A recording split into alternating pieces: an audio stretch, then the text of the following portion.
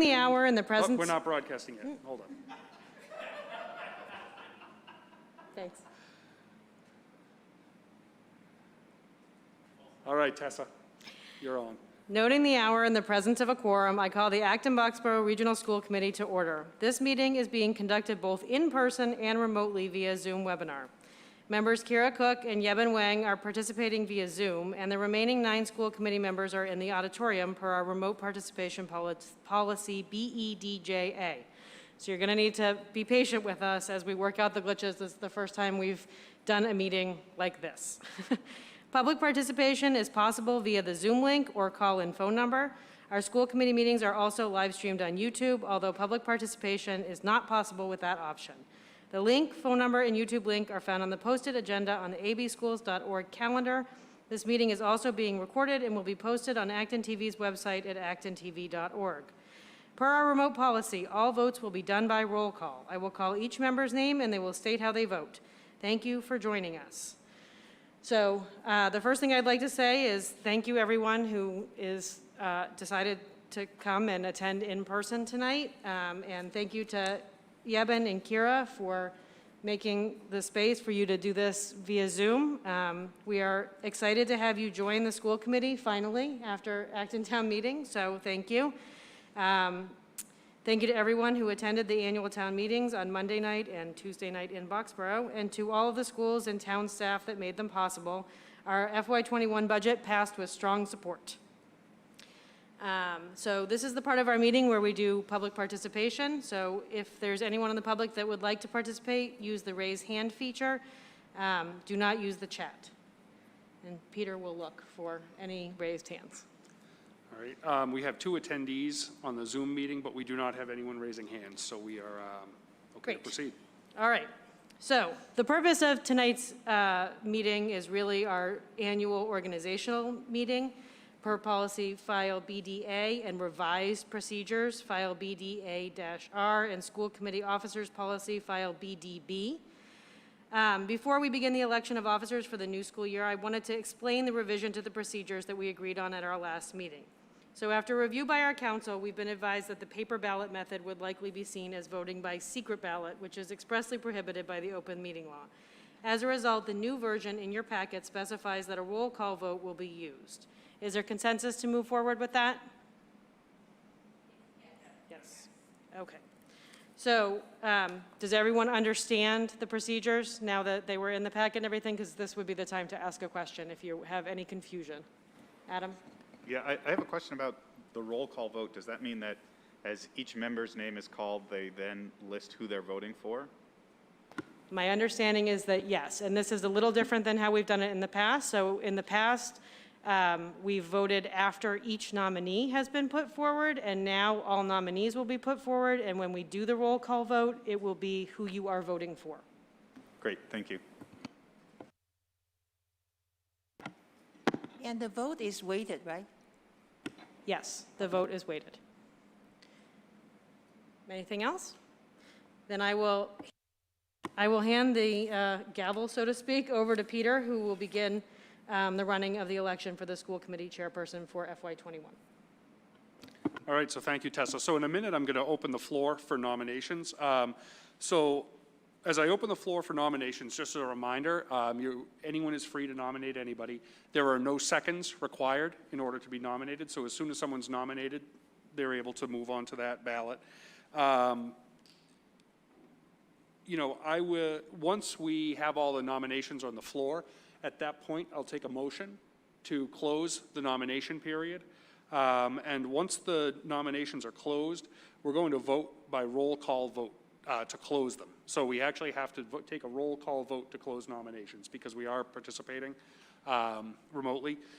Nominees, once we close that nomination period, nominees will then be given an opportunity to speak or decline their nomination if they choose. Members may also speak in support of a candidate.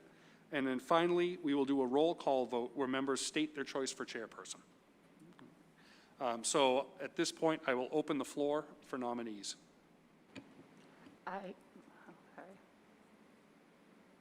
Ginny? I'd like to nominate Tessa McGinley. Okay. Angie? I would like to nominate John Peterson as chair. Okay, thank you. Any other nominations?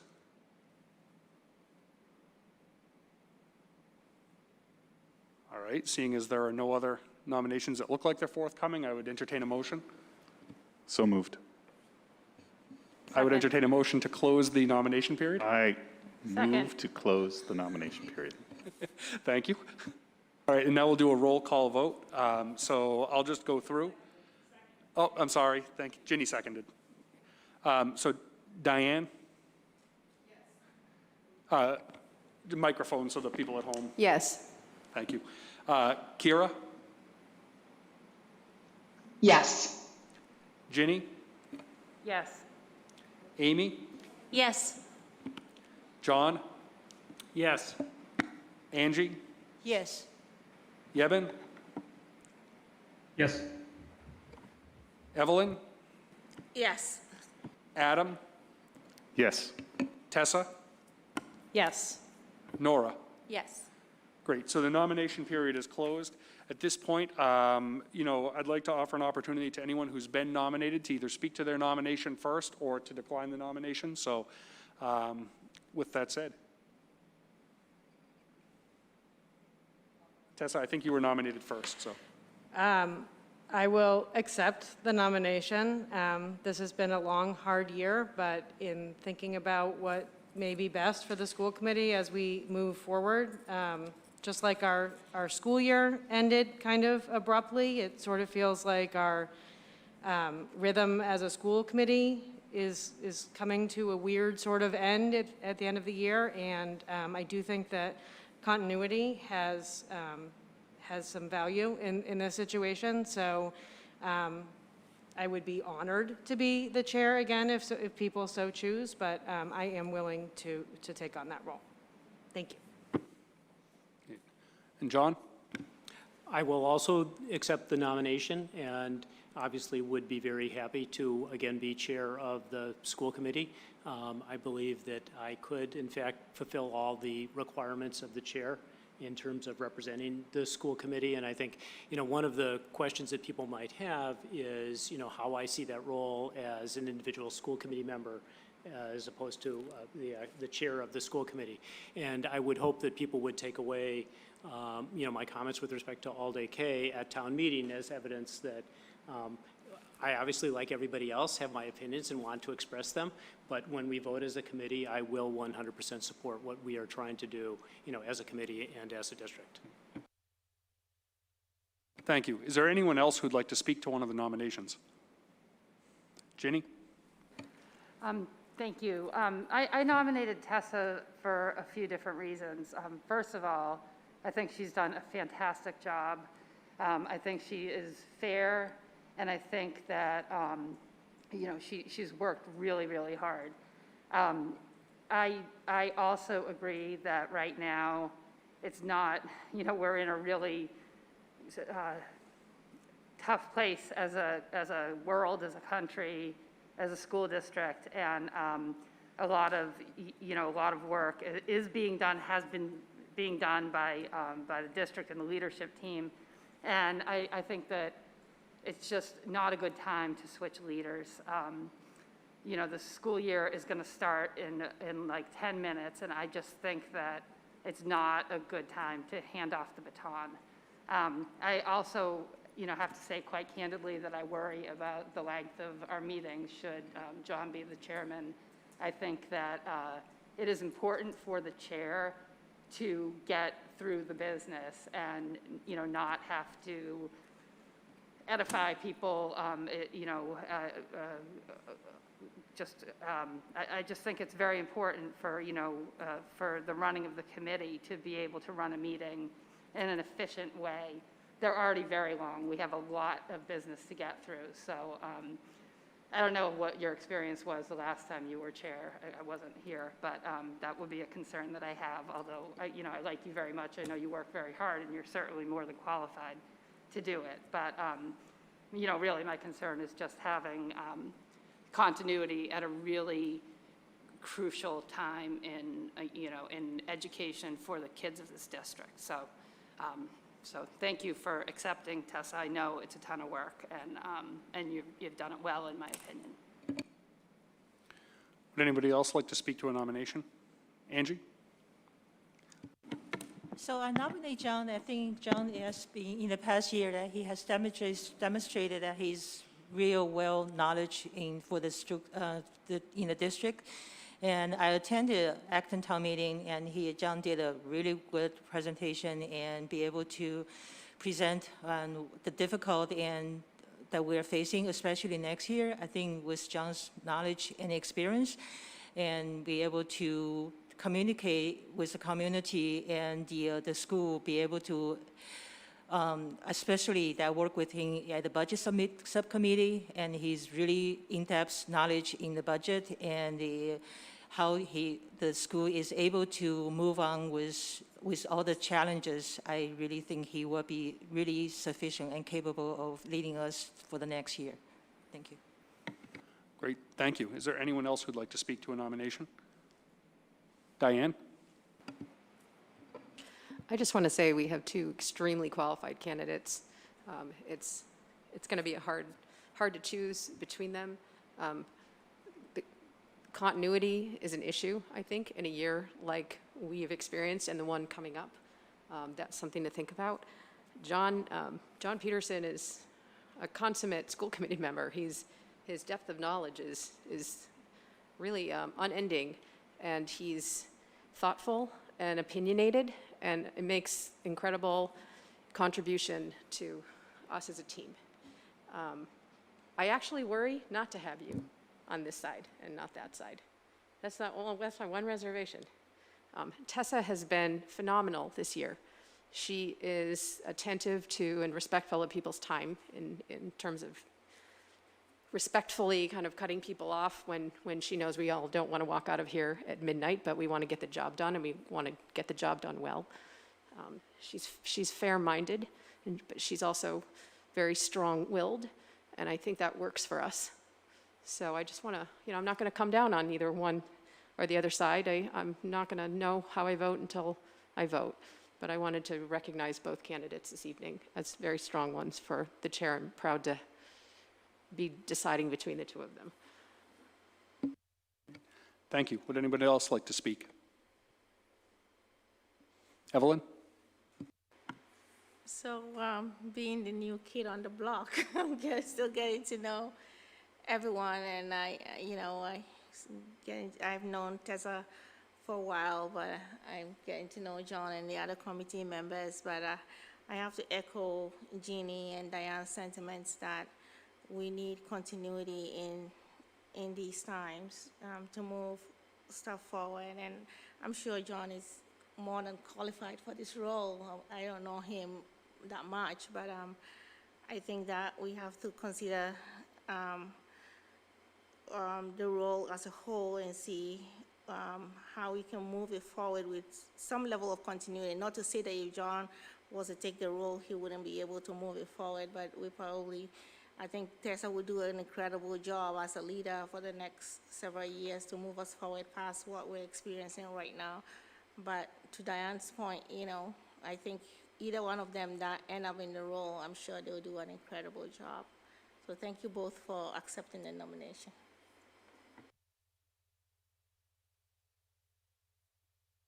Would anybody else like to speak?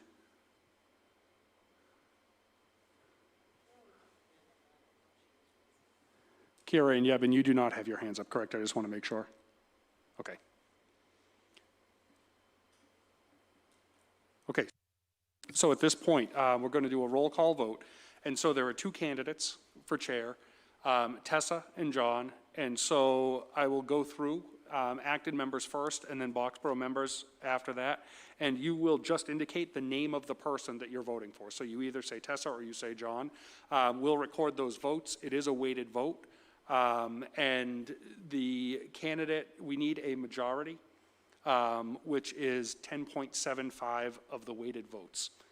So we will be tracking that as you vote, and we will know. Any questions on voting process before we start that?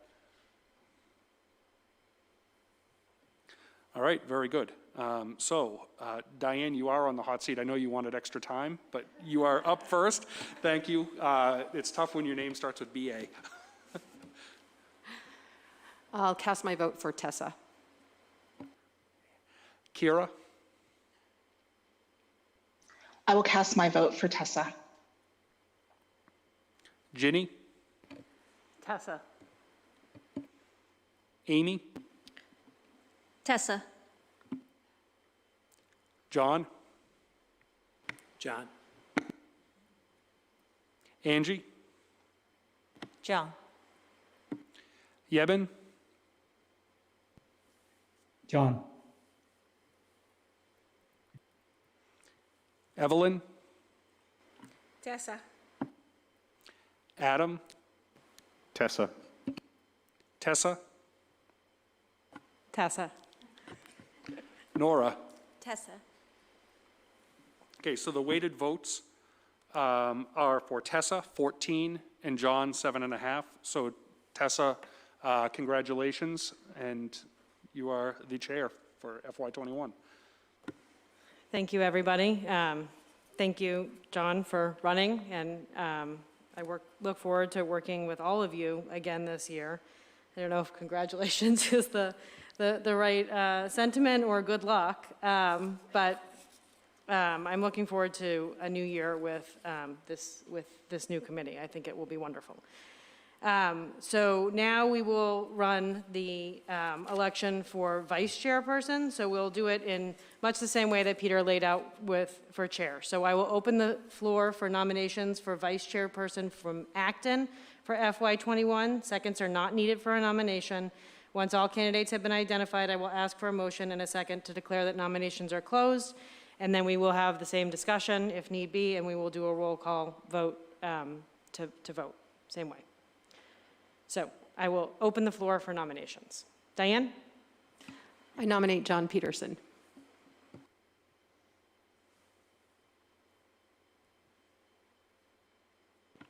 Are there any other nominations?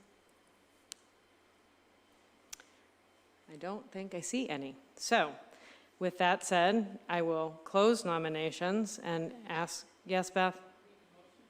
I will ask for a motion to close the nominations. I Adam? move to close the nominations.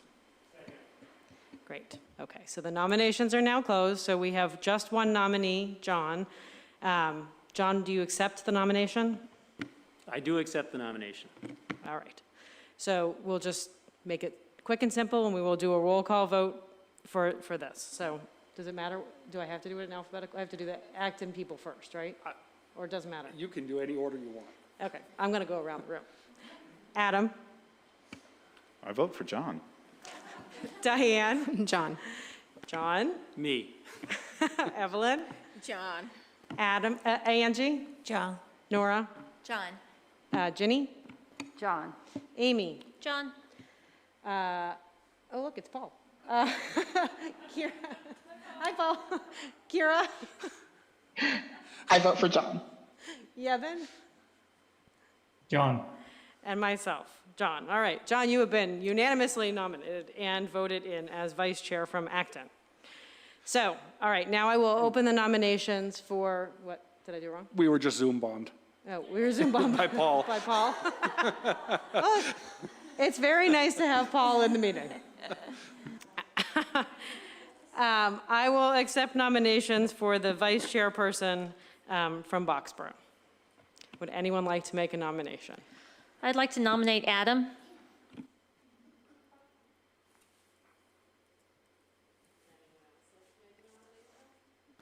Sorry, would anyone else like to make a nomination? Nope. Okay. Seeing none, I will ask for a motion to close the nominations. Second. All right. Adam, do you accept the nomination? As we commented earlier, one of the key jobs of the vice chair is to kick the chair when she's missing someone whose hand is raised, and I gladly accept the nomination to continue kicking the chair when she misses when someone's hand is raised. Okay. All right. So then we will do a roll call vote for Adam's nomination. Adam, who do you vote for? Myself. Diane?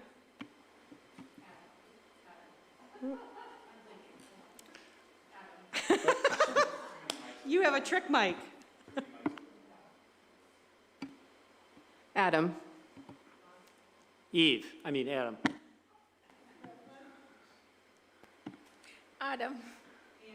Adam. Adam. Adam, Adam. Adam. Adam. And myself, Adam. All right, well, Adam, you also have been unanimously voted in as vice chair from Boxborough. Congratulations. Okay, so we don't have to give anyone the script, right? Because I get to now keep reading. You're on. All right. So we need to vote the appointment of Margaret Dennehy as the Acton-Boxborough Regional School District. Isn't it the Acton-Boxborough Regional School Committee Treasurer? No, School District Treasurer. Okay, just checking. Can I have a motion? I move that we appoint Margaret Dennehy to the Acton-Boxborough Regional School District Treasurer. Second? Great. Now we'll do a roll call vote. Adam? Yes. Diane? Yes. John? Yes. Evelyn? Yes. Angie? Yes. Nora? Yes. Ginny? yes. Amy? Yes. Kyra? Yes. Yebin? Yes. And myself, yes. Great. Margaret is treasurer for another year. Tessa, if I can just say again, what an exceptional job she did this year, particularly around all of the bonding that she had to do. She was absolutely exceptional, and we're so fortunate to have such a good treasurer in our district. She was, and I had the good fortune of meeting her this year when I got to attend my very first OPEB trust meeting. I was also impressed and glad to know that she's on our team. Okay, we need to appoint Beth Petter as our Acton-Boxborough Regional School Committee Executive Secretary. Beth has done an extraordinary job, so I would welcome a motion to I nominate. move to appoint Beth Petter as our ABRSC Executive Secretary. Second, Great. We will do a roll call vote. Adam? Yes. Diane? Yes. John? Yes. Evelyn? Yes, with gratitude. Angie? Yes, with gratitude. Nora? Yes. Ginny? yes. Amy? Yes. Kyra? Yes. Yebin?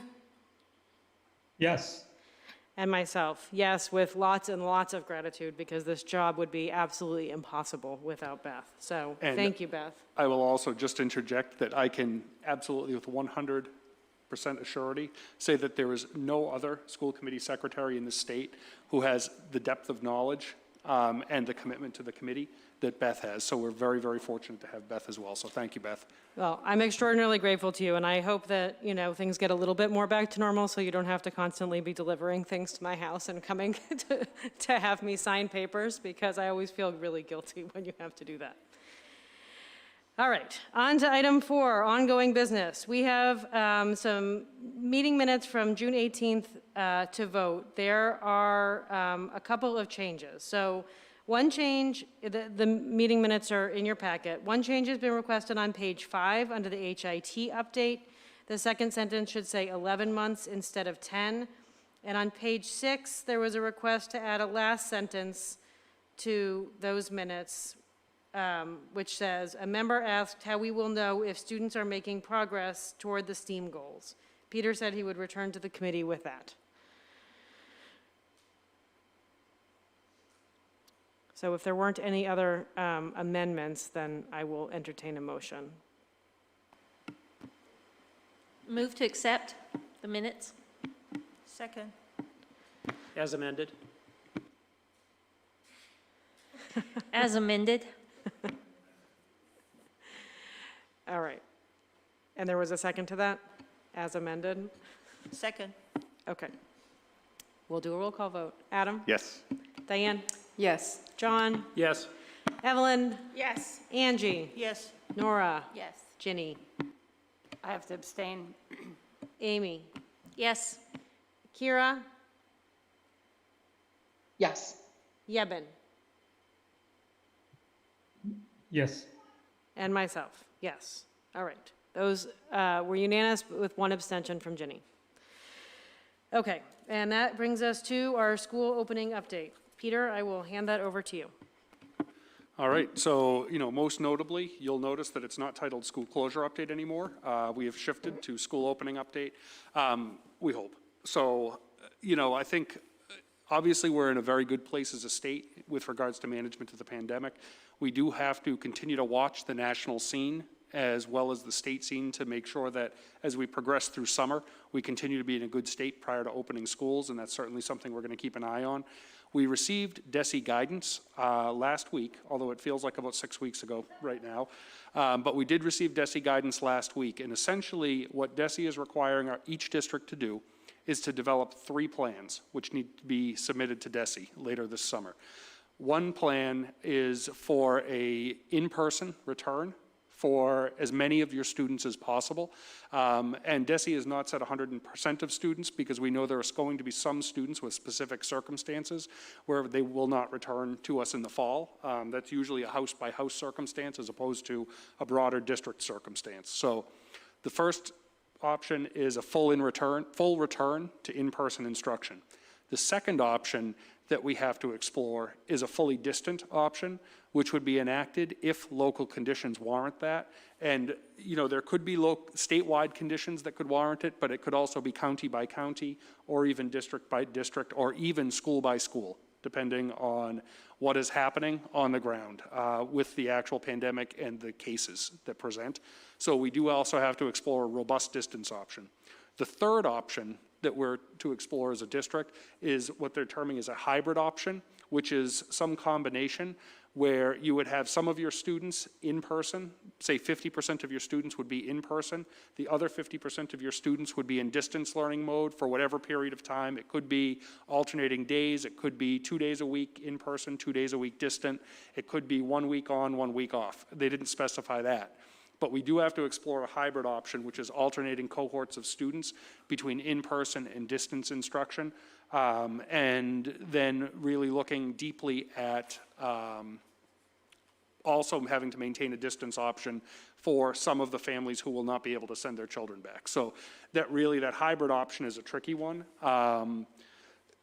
As we looked at this guidance, what was also really important to understand in the context of Massachusetts guidance was a shift in what we had heard around the possible return of students.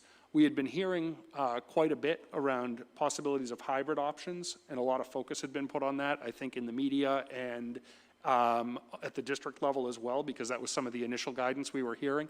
However, DESE worked with very significant number of individuals in the medical community, including the president of the Massachusetts Academy of Pediatrics, Harvard University, Mass General Hospital, were all involved in the decision-making process. And they've been really closely examining the research around the spread of COVID, specifically involving children.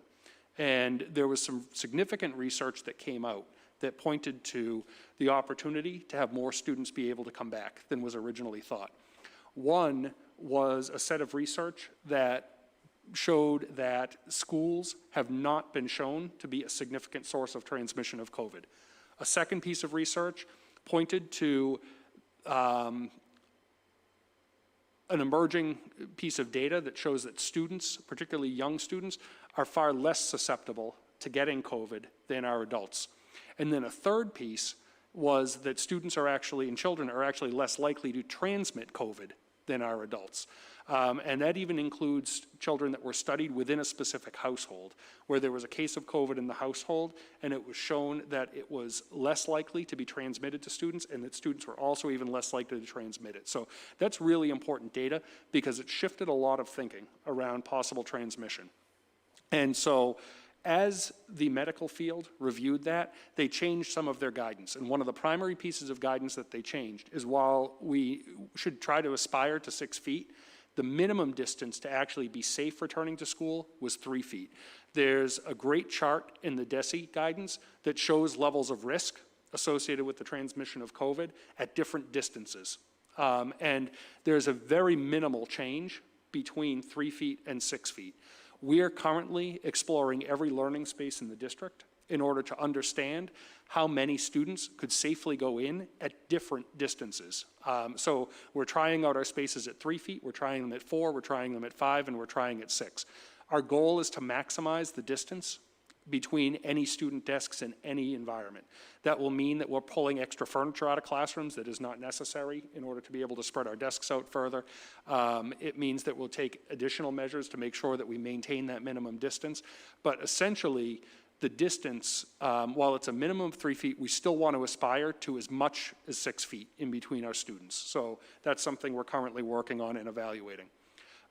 If we can do that safely, that would finalize our decision to be able to return the most students possible and go for that full in-person. Currently, we believe we can achieve that based on our initial analysis, but we're finalizing some of the smaller learning spaces and making sure we account for every classroom and not just kind of the aggregate of all of our classrooms. A second piece of information that emerged out of the research is there's no one prevention measure that actually on its own will limit the spread of the virus. And so what they've found through the literature is it's actually a suite of 3 prevention measures that when taken together are far more powerful than any one of the measures. So distancing is important, but it's distancing with a combination of masks, with personal hygiene and hand sanitization, constantly either washing or sanitizing hands. So masks in the state guidance, they were really looking at this carefully, but the guidance that the state came out with, they would strongly recommend that all students, kindergarten right up through high school, be wearing masks. But they understand for our youngest students, particularly kindergartners and first graders, there may be more cases where they may not be able to for that duration. And so it's strongly recommended for kindergarten and first grade. And for second grade and up, it is a required component because, again, it's thinking about the combination of distance, masks, and hand sanitization that is really going to help us contain this and provide the safest environment for everyone. That's something we're looking at. We're looking at communication strategies around that. We have a website in development, and we anticipate releasing the first version of that website next week so that all of our families can quickly access all of that relevant research that I just cited, including links back to the original research studies that were cited by Dennehy, so people can really dig into that and make sure people feel well informed to make decisions. As we progress in our planning, one of the things we know we are going to have to do is have some type of a plan for a population of our students who cannot or will not return to us in person in the fall.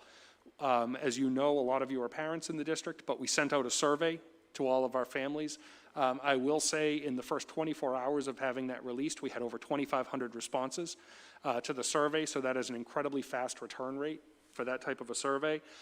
So clearly something people are interested in. And what we were getting at with that survey now is really trying to understand, if given an option of those two, which choice do parents feel that they would make at this time? We're not asking for commitment right now, but just tell us, what are you thinking? And then we also asked a follow-up question, what level of confidence do you have that you would stick with that decision? And we gave people an option of, I'm 90+% confident, I am 75 to 90% confident, or I'm 50 to 75% confident, or I'm 50% or less confident. We are actually coming up with a very high degree of confidence. People, I think, in general, feel very committed to one model or the other at this point. As I said, we're only about halfway through respondents, but that to me is a statistically significant sample and probably indicates the trend. And what we're currently seeing is about 16 to 17% of our students are currently indicating they don't intend to return in person in the fall. So we're about 83%, 83% in person, and about 17% who are really saying they want to be distant in the fall. So that's something that we'll have to plan for and think about. Currently, with half the respondents in, that means it's averaging about 30 students per grade, and it's very consistent, distributed across the grades from what we're seeing at about 30. But if we extrapolate that out, it's probably about 60 students per grade who are indicating they would be in distant mode. One of the things we will have to do is ask parents at some point to commit to that. And we're going to have to ask relatively soon because we have to allocate staff to be able to teach all of our students. And we can't do that a week before school starts. It just doesn't allow an opportunity, A, for teachers to plan for what they're doing, or us to be able to allocate staffing in a thoughtful way. So we will probably in about 2 weeks or maybe 3 weeks ask parents with that same survey to then commit to a choice of either a distant learning mode or an in-person learning mode. And then in addition, we'll be asking parents to commit to us about whether or not they're transporting their own kids or they're going to be on the bus, because we also have to plan buses to operate safely, and we can't do that without good information. The challenge with all of this, and we need to be very, very clear with our families, is that when we ask parents to commit, they are likely going to need to commit for the year. Because what we can't do is plan to safely have 18 to 19 desks in a classroom that can be spread out 4 or 5 feet, and then as the year goes on, have students start trickling back into that, but yet we don't have the staff to cover it. So because we're allocating staff to people who choose a distant experience, once they choose that, they're going to need to stay with that experience. And we're going to be abundantly clear with our families that that's the case. We do not have a way as a district of staffing for flexibility so that people can kind of choose by the week or by the month or anything like that. It's just not going to be feasible. So that is something that's going to be a challenge for people to be able to really commit. We would like to think maybe we could do it on a half-a-year basis and then reevaluate at the half-year. I think that's going to be really challenging based on our discussions with our leadership team and knowing the nuances of scheduling and the ability to bring kids back and forth. I think it's just going to be too challenging to be playing with staffing as we go through the year. So that's something I want to, make sure you're aware of, and we certainly want to make sure our families are aware of as we go through. Our leadership team has identified, and I apologize, I hate talking, I'm going to talk without the mask. Our leadership team has identified a few really critical steps that we're hoping to be able to release around July 10th, which is a Friday. That's our next target date. One is a really clear description of what the different learning modes look like, so that when parents are asked to make a choice about a week or so later, they have a really clear sense of what everything looks like. What will the curriculum in a distance be comparable to? Is it the same? Is it different? What could they expect in terms of synchronous versus asynchronous learning? People need to know that to be able to make a choice. We also want to be able to release information about extended day at that point, and whether or not we can run extended day, and also how many students can we accommodate in extended day, and what will that process look like? Because for families with younger children, extended day is an absolutely critical thing to know now, as opposed to waiting until August. And then transportation will also be something that has a large impact on this. We need the data from our survey to come in now so that we can very deeply understand how many students intend to ride the bus at each school. So it's nice to see that 16% of our students want to generally, stay in a distant learning mode, and that's nice to know, but it's useless when it comes to actually planning what classrooms need to look like. So we've already provided the initial list of students and their individual selections to our principals, and they're going to be combing every classroom to think about classroom balance from what teachers had recommended, make sure that it's all doable. So there's a lot of effort that needs to go into that. Transportation is very similar in that we need to know how many students at each school intend to ride the bus so we can allocate the right number of buses to that. And one of the critical things we're going to have to look at, and you're going to groan as a school committee, is can we run all 6 elementary schools with the number of buses that we have or could reasonably have at the same start time and end time? Depending on the number of students who have to ride the bus and the requirements that come from the state that we don't yet have, it's possible, I'm not going to say likely, I'm just going to say it's possible, we would actually have to run a couple of different tiers of busing and have some different start times at the schools. I hate to do that, but if we can't, as a regional district, we're required by law to provide transportation for our kids. It's different than a municipality. So because we have that requirement and it has to be free, we have to make sure that we can get all our kids safely on the number of buses. If we had to add a bus we would come to you with a bus lease and go out and hire a bus driver and figure it out. If we had to add a couple, that would be fine too, but it would be unrealistic to think we're going to add 10 buses over a summer. So there is a tipping point that we have to make that decision, but I want to put that on your radar as a committee, because that would be something that, you know, is a significant change from what we do, and that's certainly something, you know, we need to be able to tell parents, and we should have, hopefully, that answer in that first round of what we're releasing to families, you know, on or around July 10th. So school start times, critical. Extended day, critical. And description of our learning modes. Those are the three critical things. The other thing we're going to be doing on our website, we have kind of our table of contents mostly developed of all the guidance that we need to provide.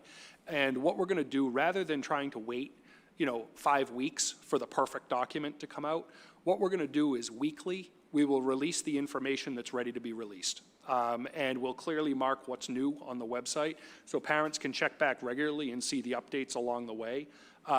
And whatever's not ready, we'll just say, you know, coming soon. So that we're providing regular updates to families in the community and things like that. I think, you know, if we try to release a document now, so much is likely to change. You know, even if we plan for it now, DESE hasn't released 2/3 of their information to schools, so it's premature to do that. If we choose to wait until August, then people are in a, you know, they're basically in the desert waiting for information to come in. And so the best thing we think we can do is, as we can finalize the way we want to proceed with something, get it out to the public and let them know what's happening. So that's the overall approach we're taking right now. We have, you know, as you know, we have the 4 planning teams working very, very hard at this point, and it's great to have the guidance, because now we can take some concrete actions. And then we have this, you know, we use our leadership team to vet that, the work of our planning teams, and we also have our steering committee who's going to vet that work. Overall, our work plan that we're looking at is essentially the planning team's week runs from a Wednesday to a Tuesday, and we're asking our planning teams to finish up their work on a Tuesday, because our leadership team, the principals in central office, meet Wednesday morning. So that gives Wednesday morning for the leadership team to vet information for that week. On Thursday, the steering committee has the same opportunity to do it, and then on Friday, that would be the release date. And just every Friday, try and keep pumping out information to the community as best we can. So I'm happy to take any questions, but I wanted to give you a sense of DESE guidance, what are the critical steps in our workflow, what are we planning, and then kind of the process that we're using to keep all of that moving forward. Thank you, Peter. I really appreciate, you know, I don't know, but I can only imagine how much work this is. And I really appreciate the thoughtfulness and you know, the incredible heavy lifting that's being done by everybody, the leadership team and you and your staff. I have just 2 questions. One is, just to get a sense, you didn't mention, you know, I've been following this, of course, like we all have, about the studies that, concerning children. And my question is around the other information that's been coming out pretty regularly about how devastating these shutdowns have been for students, all students, but particularly the most vulnerable students. And I just want to, you know, give you an opportunity to say whatever your thoughts are around that, because I think it's a really important piece of why. You know, there's nothing risk-free in life, and going to school has never been risk-free, but to me, it's one of the primary reasons why it's necessary for us to have in-person schooling in the fall. And then the second question I have is just any preliminary thoughts on how special education students are going to be handled throughout this, and what the data shows, if anything, so far from the surveys of parents of those students. Thank you. Yeah, so once we get the data complete, and actually, well, we've already sent the data to special education as well as our principals, but one of the critical steps we know we're going to take is identify any students who responded to the survey who are either English learners, who might be supported with an IEP, a 504, or could just be a student that someone in our school leadership feels as a student that we would have concerns about, that we need to really think about the supports. And we want to look carefully at the options that we see them selecting. And, you know, particularly for students who we very strongly want to encourage an in-person experience, we want to at least reach out to the family and have the conversation about types of supports. And I think by collecting this early round of data, it provides us an early opportunity before parents commit to be able to have those conversations. So that was something we discussed at our leadership team today, was having principals start looking student by student, special education looking student by student, EL looking student by student, and then having people reach out to families to talk about what's the right mode. You know, we have to ultimately respect a family's decision, but we certainly want to make sure that they feel informed about what supports might look like and how we can best support students in any different type of environment. You know, I will say, you know, some of the students who might have an IEP might also be some of our most medically fragile students who medically shouldn't return. And so there's going to be a challenge with that, and we're working through that process, but we're taking it really seriously and making sure that, you know, any students in our vulnerable populations are at the beginning of our planning process, not an add-on at the end of it. So that with regard to special education procedures and things like that, that's, you know, we haven't seen anything from the state around that. So, you know, that's to be determined. I do think it's likely some of our team meetings will continue in a virtual environment because we need to really limit the number of people coming in and out of our buildings. And in all honesty, I think our special education staff has felt the virtual team meetings actually have been very productive. And in some ways, it's actually easier for parents to attend because they don't have to leave work. They can just, you know, pop on, go to the meeting, and then go back to what they were doing. So I think that it's likely we'll continue that wherever possible, but obviously for parents who need to come into the school, we would figure something out too. And then, can you just repeat? I started with the second question intentionally.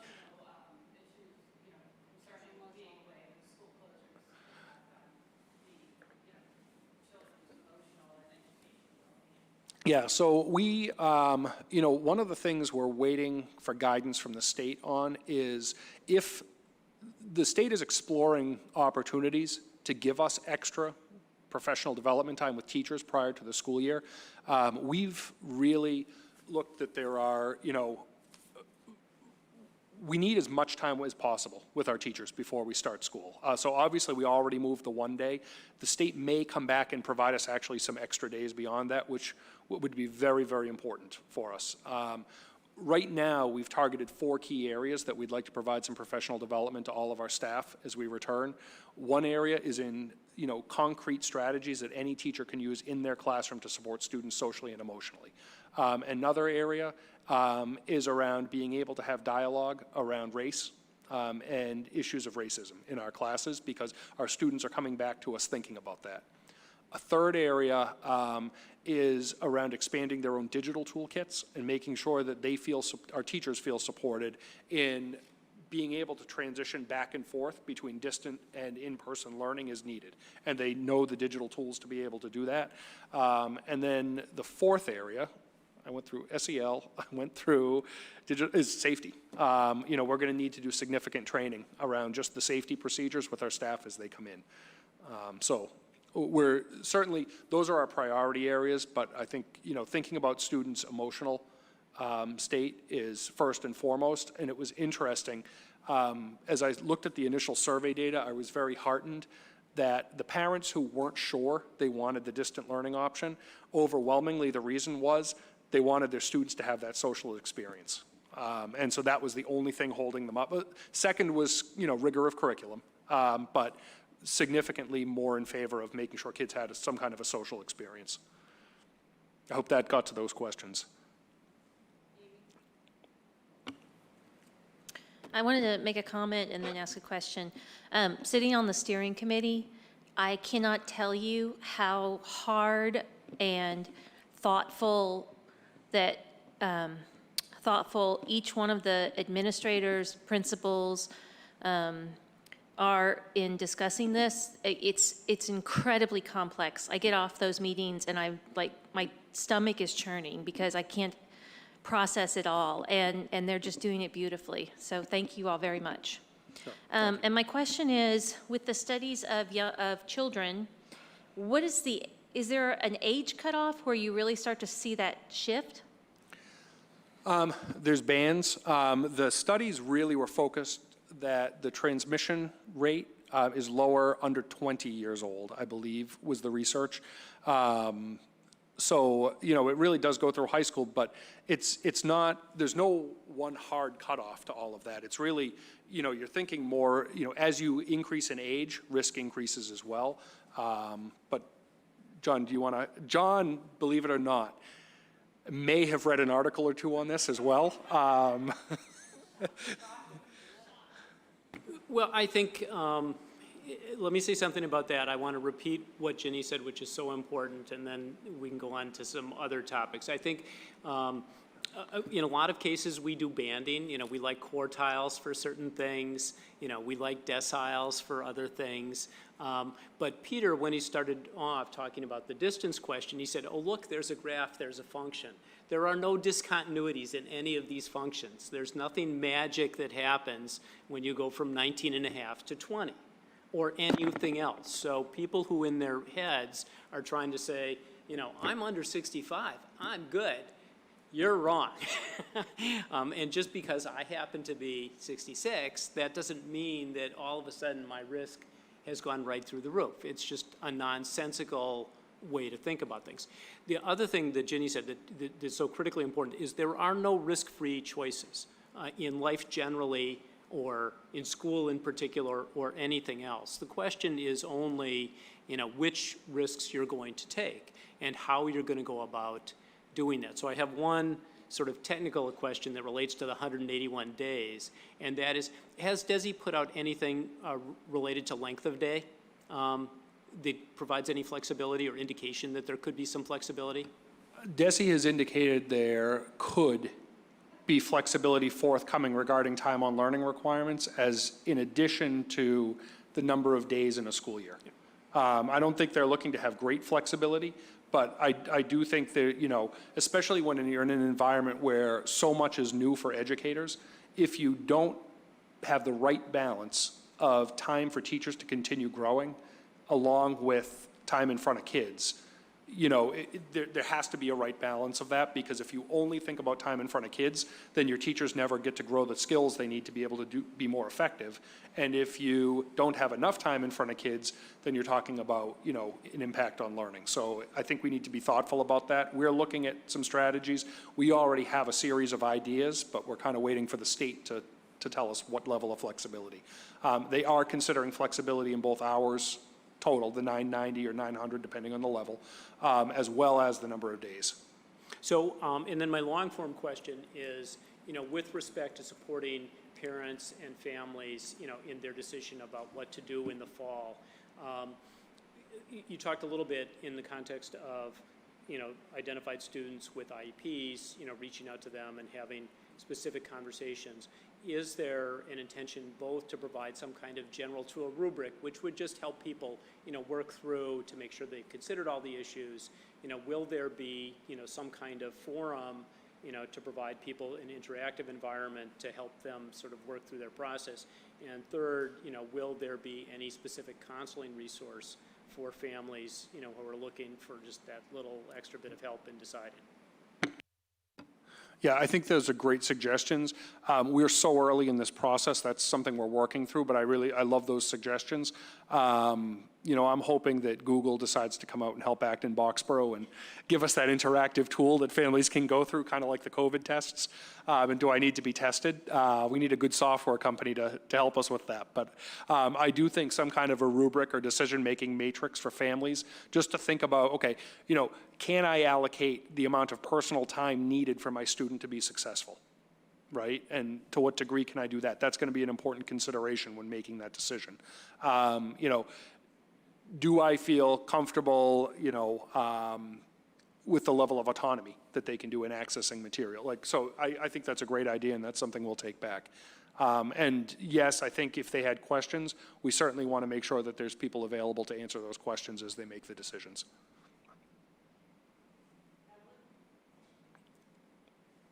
Yeah, so I had a comment. I just wanted to echo Jeannie's point about however we end up with the year next year, if we do go hybrid or go remote, we have to keep in mind that the kids that one of the most vulnerable kids we don't want to leave behind in how we plan.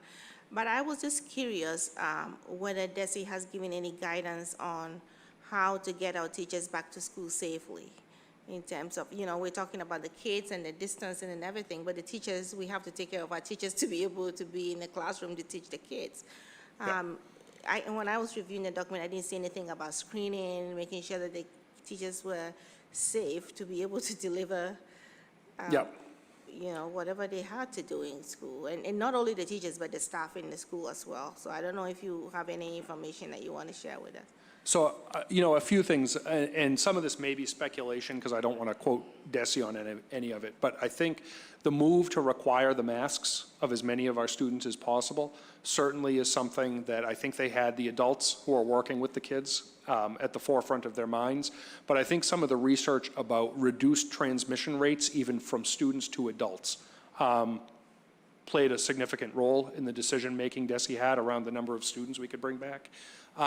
In terms of screening, there was a lot of discussion early on, and we even heard that rumors that the guidance might say that we wanted to take students' temperatures as they entered the building.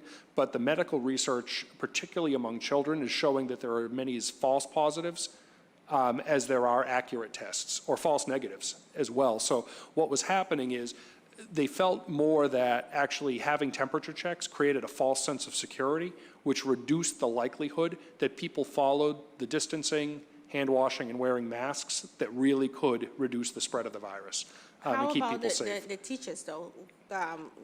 Isn't there evidence that shows that the adults, screening adults, sort of like made sense? I think right now what we're hearing is they're asking people to self-screen. Because, again, I think everything we're seeing is they're moving away from temperature checks on a regular basis, and it's more about really understanding where you're at and encouraging people to stay home when sick, making sure that your policies around leaves and absences don't penalize people to a point where they feel like they need to come to either school as students or to work as an adult. So that's certainly something we need to be thinking about as well. Thank you. Sure.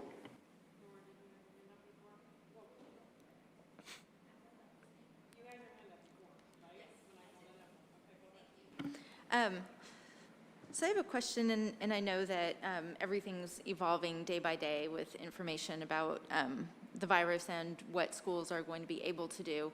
Just wondering about the timing between when parents should need to be certain about their decision about whether or not they would have children return to school, and if by that time you think you might have more of a picture of what the school day might look like. I know a lot of the parents I've been speaking with are wondering about specials and recess, and if social emotional is one of the main driving forces for sending kids back to school and balancing out the risks, just kind of wondering about the timing of that information with making a choice. Yeah, some of this really, well, it depends on the level of detail people want. If people are wondering, are kids going to have access to specials, that will certainly be, in general, in kind of that initial round of here's what it will probably look like as kids come back in, because I do think people need that. Specifically like, will chorus run the way that it used to? That I don't foresee happening in that first round, or similarly with band or athletics. We just don't know those things yet, and that will have to be later. But, I think the problem is if the state doesn't get us the information in a timely manner that we can make decisions and be able to get that out, it makes it more challenging for us to give parents more kind of that heads up and more information to make their decisions. I've thought a lot about that. I would love to be able to tell parents, look, we'll get all of our guidance out to you, and then you can make your choice.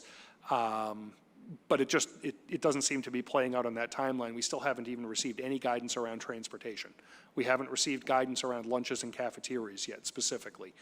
There was some initial guidance that said, lunches, need to be in classrooms, but now that's actually coming back a little bit.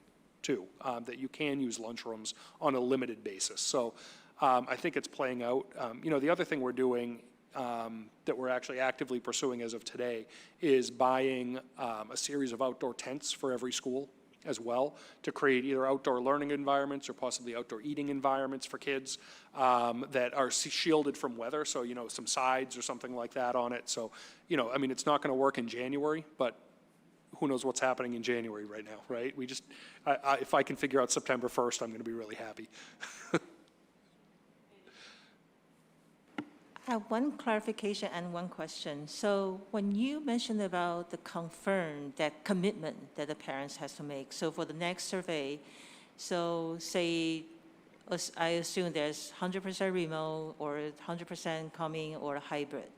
So they commit to one of them, then they have to stick with that for the year. And if there's something, if there's an outbreak, some cases happen and parents doesn't want to send the kids, say if they're 100% commit to the school, Yep. and then they don't want to, well, the school look at it and mark this, there's absent, tardy, and all those policy will be look at it as well, so that the student will not be able to graduate. So that's kind of one of the concern is in that. And yeah, that's, let me follow up. Right, I so, should finish this one first. it's a complicated question. Certainly we could see the pandemic change its course, and we might make a decision as a district at some point. We don't know what the date would be, but we might make a decision on any day that we have to close all of our schools for a period of time. And obviously then every student just goes into distance mode and all teachers go into distance mode if we close all of our schools. Similarly, if students, I want to make sure I'm saying this accurately, we could have a situation where a school has to close down. And so that school is in distance mode, but the rest of the schools are fine. There's no other cases. It's not a community transmission of the virus. So the other schools are operating, but one school has to close. That could happen. We could also have a situation where there might be a case in a classroom and that classroom has to quarantine for 14 days, in which case the teacher and students would go into distance mode, but the school might be able to operate. And then we have cases where there was no case in the school, but a student or the family has to quarantine for some reason because they came into contact with someone. So that student would certainly be provided distance learning opportunities, either through the regular teacher or through the distance learning platform that we're going to be developing. There could also be some other medical reason why a student would have to be home. In terms of parent choice, that would provide trickier because we're going to have staffing levels allocated to either option. And so, it's going to be hard to provide flexibility from purely a choice perspective between one mode and the other, because we can't all of a sudden have, a distance learning teacher and now have 45 students they're trying to serve, because then they're really not serving any effectively. So we need to balance kind of the class sizes and thinking around that. I would love to think any parent could just make a choice at any point, but really, once people commit to an option, there'll be reasons we need to move kids or medical reasons that they have to not be in school where we'll provide that. But just from a choice standpoint, I think it would be really challenging to be able to provide all that flexibility. Okay, so apparently sounds like the school is in contact with the town, so they know if there's a confirmed cases that has a student in the school. Correct. Yep. Okay. We are constantly in contact with our local Board of Health to understand, cases in Acton, what's happening with the cases. Similarly in Boxborough, very strong communication back and forth. And I assume that we will have one of our nurse leaders in contact with Board of Health every day to make sure we know what's going on in terms of cases and if we have any confirmed cases, because it's really about getting to the contact tracing quickly in that situation. So, yeah. And the last question is, I'm asking for, actually, recently a lot of parents come to me, and so they want to know if the school will provide grade if it's remote learning for the next year. I am working that the only assumption will be that we return to a normal grading system. I do not foresee anything where we would not just be giving our kids grades, whether they were distant or in person. I think one of the key, and on a personal level, one of the key decisions for me in not issuing grades this year was that it was a new environment that none of our students had experienced and none of our teachers had experienced. And so to create a high-stakes environment with that level of inexperience didn't feel reasonable to me. And yet now our teachers have had the opportunity to work in that environment. They'll have a summer to think about that and think about practice and make the adjustments. And then we're going to provide a lot of professional learning around the environment. We've now experienced the pros and cons of distance learning. So I think our platform will be stronger coming back in the fall. But additionally, students will have actually learned personally. How is it different? What type of personal regulation do I need to do to be able to complete things on time, provide good work? If I'm struggling, what are the strategies I use now if I'm struggling and I'm not in person? Who do I reach out to? How do I do it? So I think at that point it feels more comfortable to me to grade students. DESE has given us, at least verbally, that same guidance that they are also recommending that we return to a graded system next year. So that's a very long answer, but I think it's important to understand the whys, and I just want to keep reiterating why we make the decisions we make and not just what's the decision. Diane? It wasn't long ago that we were wondering, should we wear masks or should we not wear masks? And, you know, this has been a learn as we go situation. I think there is a lot of distrust on recommendations. What I'm hearing is, you said 6 feet, not you, but is it 6 feet or is it 3 feet? Can a child transmit to an adult or can't? So I really feel like some reassurance to our families would be a good idea around those two new things that have arisen. Because they don't know what to trust. Yeah, absolutely. I agree with you. And I think, you know, I think there's a lot of reasons why people may not trust the advice. But I think one of the things to understand is this virus is still relatively unknown in relation to a lot of viruses that have been around for, 5-10 years even. We know a lot more over time. And so I think the medical community continues to find new things, particularly around like, what are the distancing measures? What's the transmission among kids and adults and different age groups? So I think some of that distrust comes from there, and then other people have different reasons why they may not trust the information. But absolutely, I think, one of the first things on the website we're releasing is, medical research. And we're publishing it all right there on the website. So it's very easy for parents to click into whatever level they want to click into. We have the summary, similar to what DESE did, but then we have, here's all the different research studies if you feel like you need to read each one. And we're very fortunate that, a few of our nurses have a public health background, so they're actually the ones helping to vet that information and get that up on our websites. One of the things that I've been reading back and forth in the community and hearing a lot about is this question of just not what you're doing if you're not returning to school. So obviously we are going to offer some sort of platform, but when people choose, is there going to be that additional questioning about, are you trying to enroll in a virtual public school that is not ours? Because that's been around a lot. Are you planning on using our virtual platform? Are you planning on homeschooling? Because there seems to be a lot of confusion, let's just say, around that. Yeah, I'm sure, yeah. And that's something we'll put out more information. And in the initial guidance we sent out, we will provide a curricular option for distance learning that is our curriculum and our teachers, so that there is that option for students. And as closely as possible in a distance learning environment, it will be a similar experience to what students would get in person. But obviously it's distance, so there's limitations of that. Some parents may choose to homeschool students. That's something very different from what we'd be providing. And some parents may choose to enroll in like an organization like TECA, which is an online school in Massachusetts. That would be separate from what we do. And at that point, they're actually leaving our district and they become enrolled somewhere else. But we are providing that option for kids, and we're planning for that. Now, we need to make sure it's feasible, but that's our current plan. Well, I was just curious because I noticed in the survey that there's not that clarification. Are you planning on returning to school and doing this? But are we going to ask that explicitly, I guess? Are you actually planning on returning either virtually or, you know what I'm saying? Like, I think people, like of Right. that 16 or Yep. 17%, is that 16, 17% truly planning on accessing our virtual thing, or is a percentage of that 16 or 17% Right. leaving? You know, that's a good question. I think probably what we would do is we would say, by selecting this option, you're remaining enrolled in our schools. However, if you're considering, you know, enrolling in either, you know, doing homeschool or a separate online school, you need to let us know because you're actually withdrawn from the public school system.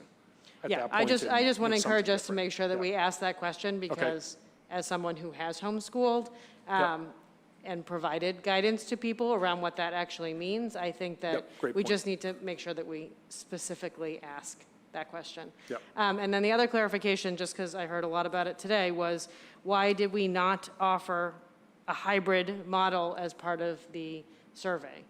And I think you actually answered that question, which is that you think that that a hybrid model would only be needed if we couldn't provide in-person learning. I'll let you answer. But. So, you know, a hybrid model, everything is about weighing risk, right? And the reward that you get for taking different levels of risk. Looking at the data around the levels of risk between that 3 and 6 foot distance mark, I think it was something like 0.5% increase, if that was the only measure that was involved in that decision. And that doesn't take into account masks or hand washing. So it was really minimal at that point. And yet, when we looked at the impact on families, students, and our ability to staff our schools, that in a hybrid option, in all honesty, no one really wins in that. You get a few extra feet here and there between your students, but everything else is the same, right? There's no other difference. So you get a little bit more distance, but what you're sacrificing is you're making an assumption that all families can figure out how to take a week off of work, or at least families of younger students can figure out how to either take a week on or a week off of work. You're making not you personally, so. But the district taking it as then a has to personal. make assumptions about parents' ability to either work remotely and support students simultaneously. You have to think about students with disabilities, your English learners, your vulnerable populations of students, and the quality of what people are getting. And the quality of what people get in that week on, week off environment, I think is so significantly degraded from an opportunity to have students that for that, you know, whatever I think the 0.5% risk was, you know, it really, we're much better off getting everyone in. From a staffing perspective, the hybrid model, if all of our districts went to a hybrid model, it would be incredibly challenging to figure out how to staff our schools as well. If, you know, the neighboring districts around us have a hybrid model, then our staff members' kids would be home, but we would be expecting them to be at work. And that can be particularly challenging because daycares are on the brink right now of extinction. They are really struggling. They aren't taking as many students. Daycares have no openings, and so childcare has really become a challenge. And so I think collectively, it would be a significant challenge to operate schools in that hybrid model. You know, we still will plan for it, but for the minimal increase in risk to the significant impact, negative impacts on learning, I think we want our kids here to that extent. Thank you. Did anyone else have a question? John? Yeah, I just want to make one more comment about, you know, all the studies, because there's such a huge complexity about this. And the question is, well, what can you take away that, you know, is indication that if you do the right things, you could actually have a good outcome? And, you know, I want to remind everybody that there are countries, you know, like South Korea, like New Zealand, you know, that effectively played whack-a-mole. And my personal belief is that the Commonwealth, you know, is now tracking to put us in that environment. So if you look at the new case level and the contract tracing capability that's in place, I think we will be close to doing that. If that's where we are, everybody's interest will actually be best served by doing all the right stuff, but then, business as usual with respect to the schools. I think it's hard for people to really see that right now, but, and especially, everybody who's watched the national news and has seen the whole South just go crazy. But you really need to look at this state by state, and the Commonwealth is in a better place. I think it's because it's not just, us paying attention to Acton and Boxborough, it's Concord and and even into southern New Hampshire. But if New England continues to track this way, I do actually think that we can have quite a successful reopening in the fall, and certainly that's what I hope will happen. Angie? So if we go back to school, do we assume all classes will open as scheduled before? Because I assume there's some like high school options, they're hands-on, Do we assume all classes open? That's a great question, and that's an answer that we're going to have to be exploring as summer goes on. I think the one thing, we already made the decision, we did purchase, and we already have the purchase order sent to go fully one-to-one in our high school environment. So when students come back next year, every high school student will have a new Chromebook. So we really will be just about capable of going one-to-one in our entire district when we open next year. That was just a strategic decision we just decided to make on the fly. So that's going to be a significant help to some of those courses. There are certainly hands-on courses like engineering courses, things like that, do require that idea of, shared equipment. There are precautionary steps you can take to sanitize equipment in between uses. And similarly, even at elementary schools, if we have anything that's shared, it's going to have to be sanitized before it gets handed off. So we're looking at all of those options. There will be times where we need to make curricular changes. Some programs may need to change. As I mentioned music before, we don't yet know what the research is. I know there's still studies being commissioned now to try and really get to the bottom of what's happening with like chorus and band and wind instruments and transmission. Because that's been, all over the news, and I know, anyone who is a musician is worried about that. So there's things we just don't know yet. We're planning right now to try and run our program to the greatest extent possible with modifications to it, but some of that will be, closer to the year decisions as more research emerges. The other thing, we need to really get a handle on is who's coming back and who's not, because we need to know, can we really run all of the courses that we thought we would? Say, for example, you had students signed up for, a very specific type of a class in a school, and all of a sudden it was split, half wanted not to be in school and half wanted to be in school. You may not have a big enough section to run anything at that point. And so, particularly at the high school level, I think that's going to be a really nuanced decision. It looks like Yebin had a question. Yebin? Yes, I just have dummy questions. I think there's a lot of great and amount of work Peter has and his team worked, and I think I really appreciated that. So, but I just try to understand what is the strategy of our work here is try to to better serve our student or keep our student in the district. That's one. What is the strategy for this? Second is so I just so when I pick my say the school for my kids, right? So school usually offer the orientation, so give you some tools to help the parents to make decision, right? So it's a kind of parents probably likes to make informed decision, right? Not just to make decision by something. I just wonder if that's an option, help parents to make a better decision. So the third one is just something, right? So if I'm an employee, I'm go to company, and we usually have a probation period. So will that be possible? So I want to make, let me come back to the last question in a minute. To the first one, you talked about the strategy. The overall strategy we have is we want as many students in person as possible. We very, very strongly believe that the best education we provide students is when they're in person.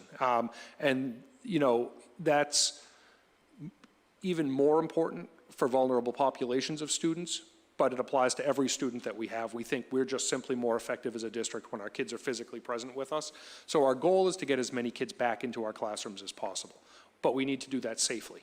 And, you know, we also have to recognize in our strategy that we have to work with our families to make informed decisions that are right for what we believe that is best for kids' education, but that also are sensitive to what a family believes is right for their students' education. So that's a piece of our strategy as well. So that's why we're exploring these options. The second question, I apologize, I usually write all the questions down, but my iPad died on me. So can you just repeat that second question one more time? Second question is really easy. It's about so to help parents make a more informed decision, right? Oh, yeah, that's right. That's similar to what John was saying. Yeah. Yeah, that kind of thing. Yep. So I think, and that's I'm glad you asked that question, because I think oftentimes we're doing a lot of these decisions on a school-by-school basis.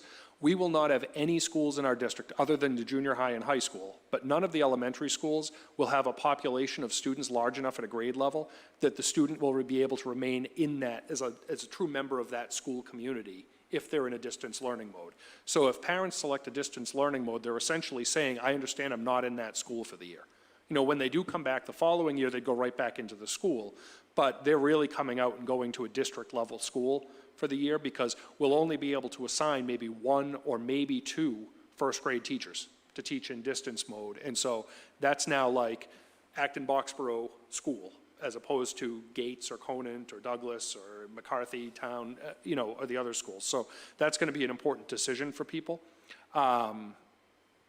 There may be opportunities virtually to participate in certain things in the school so kids feel connected to peers, but from an instructional standpoint, they would certainly be out of the school. So any orientation we do will be at the district level, so people really understand that that message is this is now a district-wide experience, and it's not specific to the school. So yes, we're going to explore that. We want to make sure parents feel educated, and that's similar to John's question around how can we help parents with the decision-making around that. And then the third question, I just wanted you, can you clarify that one more time? Because I don't think I fully understood that one. Okay, so it's kind of a probation, right? You can trial, say, go there and try this option for 2 weeks, then you can drop. Like in university, you have you can try this course for 2 weeks, right? Yep. Then you have free to drop out. It would be great if we could do that, but I actually feel confident now in saying we would not be able to do that. We will not have the staff available who we can just switch back and forth between a distance mode and an in-person mode. So, you know, we already staff our district very, very close to the exact number of teachers we need to maintain appropriate class sizes. And so once a certain number of parents tell us we want the distance learning mode, we're going to allocate the right number of staff to that, but that means they're not going to be able to come back into the school. So this is it will definitely be a significant decision for families. That's one question I definitely don't want to sugarcoat, because I don't want to have any misconception that option will be available. But I love it. I would love to do it, but we're not going to be able to do it. Okay, thank you. Sure. Okay. I don't think I see anyone else's hands up. So, assuming. Well, that was going to be a quick update. Right. So, Peter, we were a half an hour ahead of time, and now we're I know. 25 minutes at least behind. You know what? I get it. I mean, our leadership team, today was the first meeting we had since DESE released its guidance. And, you know, I think we spent easily 3 hours, and we probably could have gone 3 more, just trying to dissect everything that's coming out. So I will just put in another plug. Our leadership team has been exceptional in this. I know, you know, unfortunately, I'm seeing people Zooming from, you know, cottages and camps and all sorts of places, which is sad to see. But it certainly speaks to the dedication of all of our leaders and the different teachers that are working on our subcommittees. You know, a couple of you have said it, but it is unbelievably complex. And each issue is so intricately tied to 3 other issues that it's really hard to pick off what the critical path through. And so now I think we have that, and we've really switched now from kind of that brainstorming mode to let's make the decisions and get this moving. Great. All right. Then we will, thank you for that thorough update. We will move on to the budget update from Dave. Thank you. I'm on the clock. Dave, you did say you needed twice as long as I had, right? No, I have a financial stake in making this brief. FY20 closing, nothing new there. The closing is in process.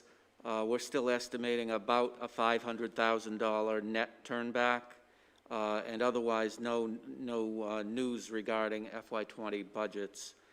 FY21 budgets were approved. There's no need for the 1/12 budget exercise, so that's a good thing. And the only other thing I have is just to add, I'm sure you've seen this, but the governor announced a portion of the COVID Release Fund, they're calling it a grant round to support school reopening, $182 million of formula grants at the rate of $225 a student. It's about $1.2 million to Acton-Boxborough to support, I saw it in here, to support COVID-19 related expenses must be spent by the end of calendar 2020. So we'll be reporting on that and other things as we go along. I talked to somebody today in the know, and there's no news as far as the state budget. Nothing's expected, certainly until mid to late July at the earliest, in my opinion.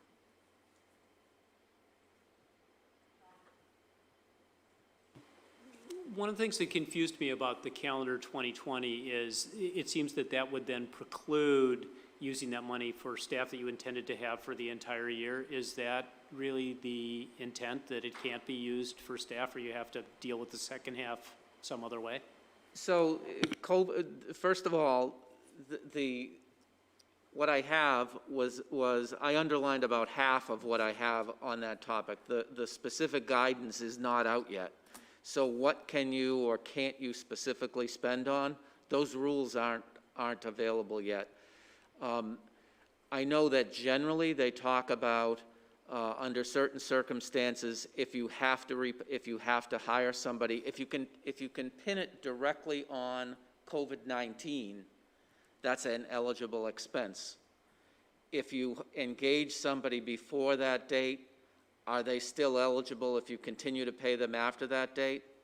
I don't know. I guess the practical answer would be, if we're still under COVID-19 rules by January 1st, 2021, these things are going to continue, and there'll probably be other rounds after that.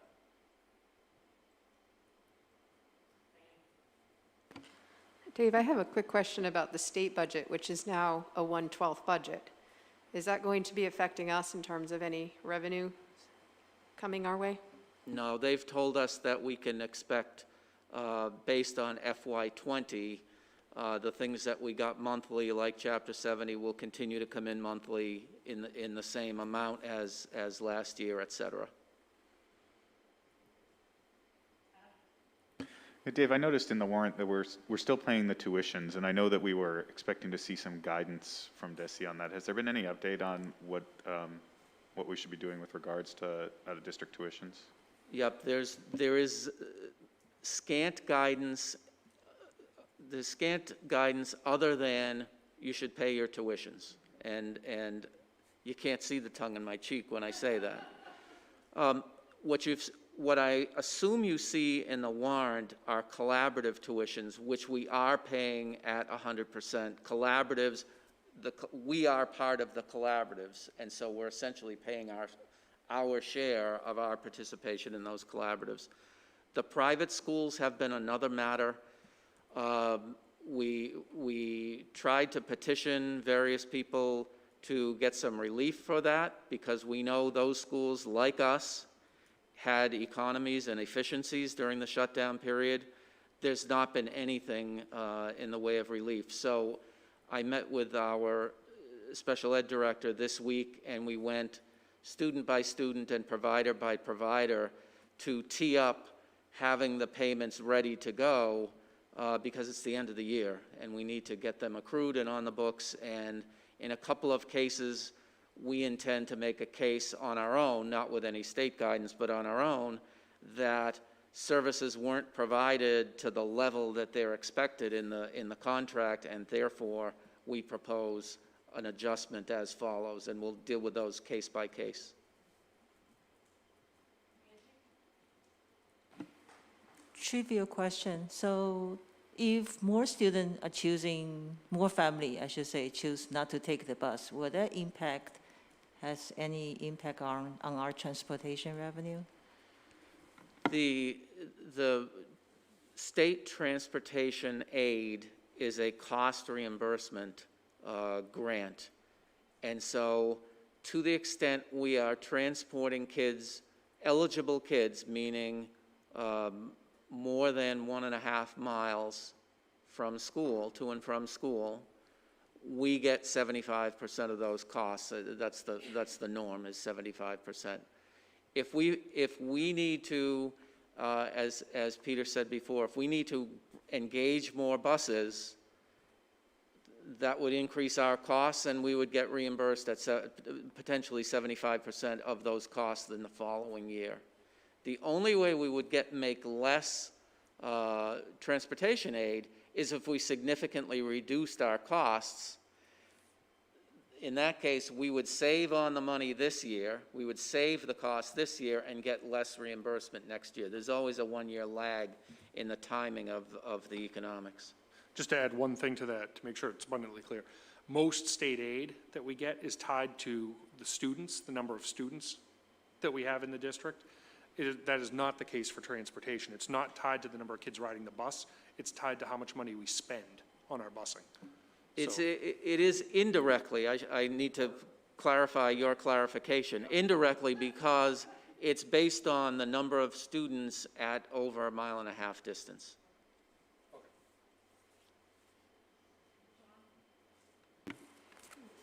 Is there a hold harmless for transportation with respect to this period of time where we didn't transport students, but we still paid out expenses?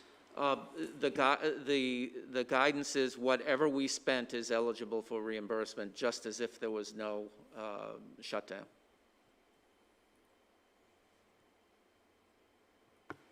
Thanks, Dave. Thank you. All right, so most of our subcommittees have not met, but I think Peter has a school building committee update. Yeah, so a couple things on school building committee. You know, one, if you want to have heart palpitations, please drive by Gates, especially if you're thinking about opening a school district in a couple months. But the good news of all of that is you're going to see a lot of activity. You know, there's a lot of work going on around Gates. They've started work on the septic system. They have started work, you know, tearing down the couple of classrooms at the end of Gates that need to be done. Modulars will be going in soon, so a lot of positive movement. There are a couple of roadblocks that we've run into, not roadblocks, bumps in the road that need to be worked out.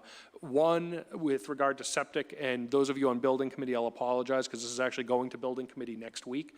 But in terms of septic, you know, we've been working through the Board of Health approval process, but one of the things that has come up really in the last 48 hours is we have approval to install the tanks, the tight tanks, underground, which are going in the current bus loop area out in front of Gates. However, as they excavated that, they found significant ledge that had not been discovered before. And by significant ledge, you could put a couple verries in front of that. So that location is not going to be a good location for the tight tanks. So the design team is actually currently going back to the drawing board to relocate those. They have a new location already planned. There's a plan in place, but they're going to have to redesign that and resubmit it anyway to Board of Health to go through that approval process. So that is going to be delayed because of that new development. They did look at what the cost would be to remove that ledge. The only way to get through that amount of ledge, and I think I don't have the exact numbers, but the OPM suggested he estimated it at 20 feet of granite that would need to be basically blasted out, so that's not a good option for us. So that will cause a delay. However, it also takes the critical path of the septic system out of this summer work. So that's not a critical element of the summer work that needs to be done anymore, which was really our worry to open school. So we'll work through that process. The other piece that really just came up in the last 24 hours is there was some miscommunication between our design team and the contractor. And the contractor, I don't know what happened, we're trying to get to the bottom of it, but somehow didn't get the notice of the Conservation Committee's finding for what could be disturbed during the initial parts of this building project. And there was a significant area of within or outside of the approved section that got disturbed by the contractor, and they started scraping the ground. So that came up, that's been stopped. We had a Conservation Committee meeting earlier today. We're going to be working through that process. It is clearly an error on the part of our team and not, an issue with the town. We feel very, very badly about that. We're going to work to make sure that the system is in place to make sure it doesn't happen again. But that's something that we'll be going to Building Committee as well. But where it wasn't a public meeting today, I figured it was important to just tell you that that was out there. So we'll be working through that.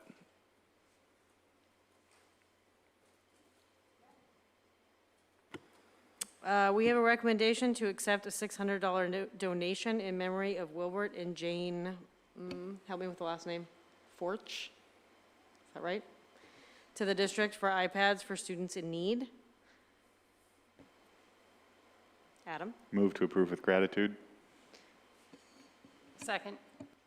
All right, we're going to do a roll call vote. Adam? Yes. Diane? Yes. John? Yes. Evelyn? Yes.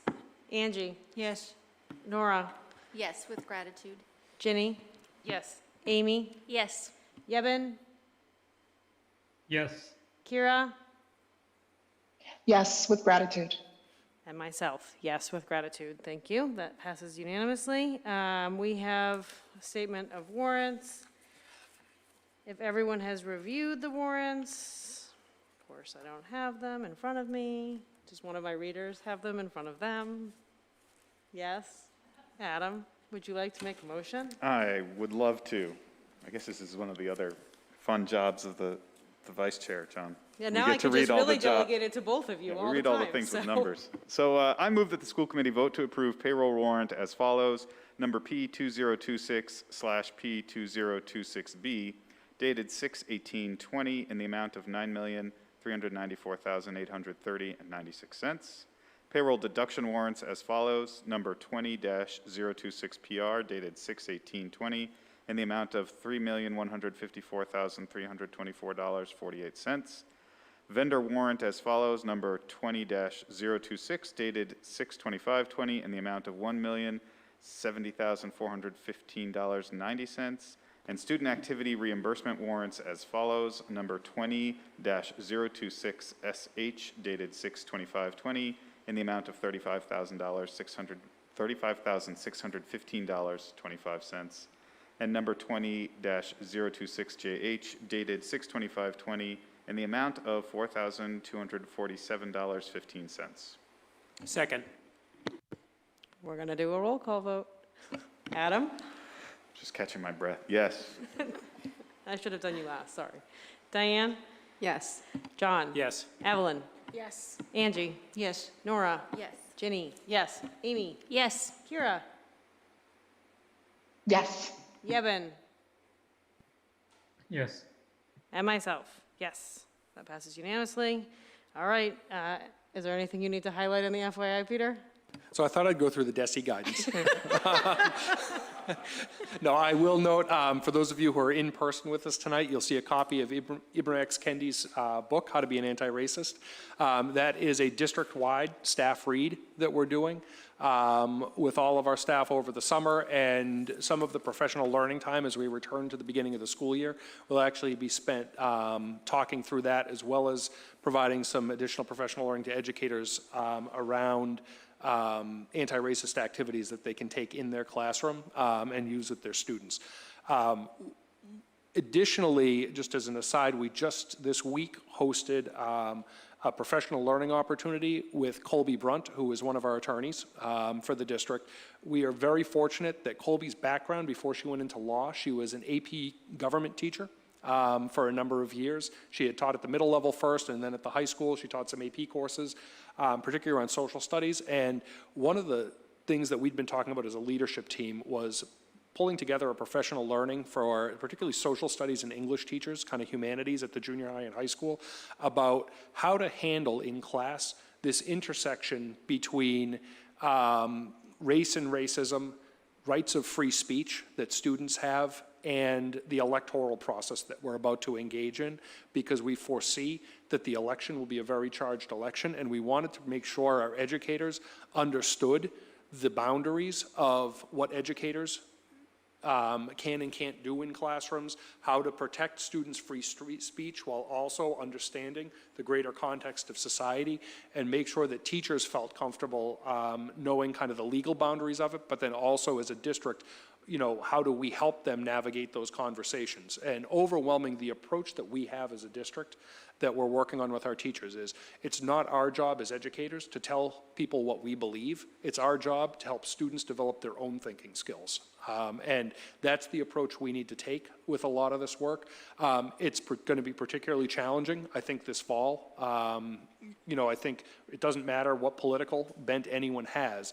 It's easy to recognize this is going to be a challenging election. And we need to make sure our educators are well equipped to enter into that type of volatility, because kids will be talking about it in classrooms, and they're going to come in with a variety of personal beliefs, and we need to make sure teachers know how to navigate that within the educational environment. So I just thought that was a really, you know, Andrew Shen did a great job. He helped organize that, and he served as a little bit of a moderator with the panel. We probably had 35 educators who came in for, you know, better part of almost an hour and a half, 2 hours to be able to attend that. So we did record it, and we'll be sending that out to other educators along with some like kind of Q&A that came up after the fact that it spurned in clarification. So just thought I'd share that with you. Great. Amy? I just wanted to say thank you for the books, and more than that, thank you for ordering them through our local bookstore. I think that was really a good move. Silver Unicorn Bookstore. No, we're really pleased that Paul was able to help us with that, and he also made the delivery process that teachers could go in and pick things up very easy, and it really made it doable on our end. Diane?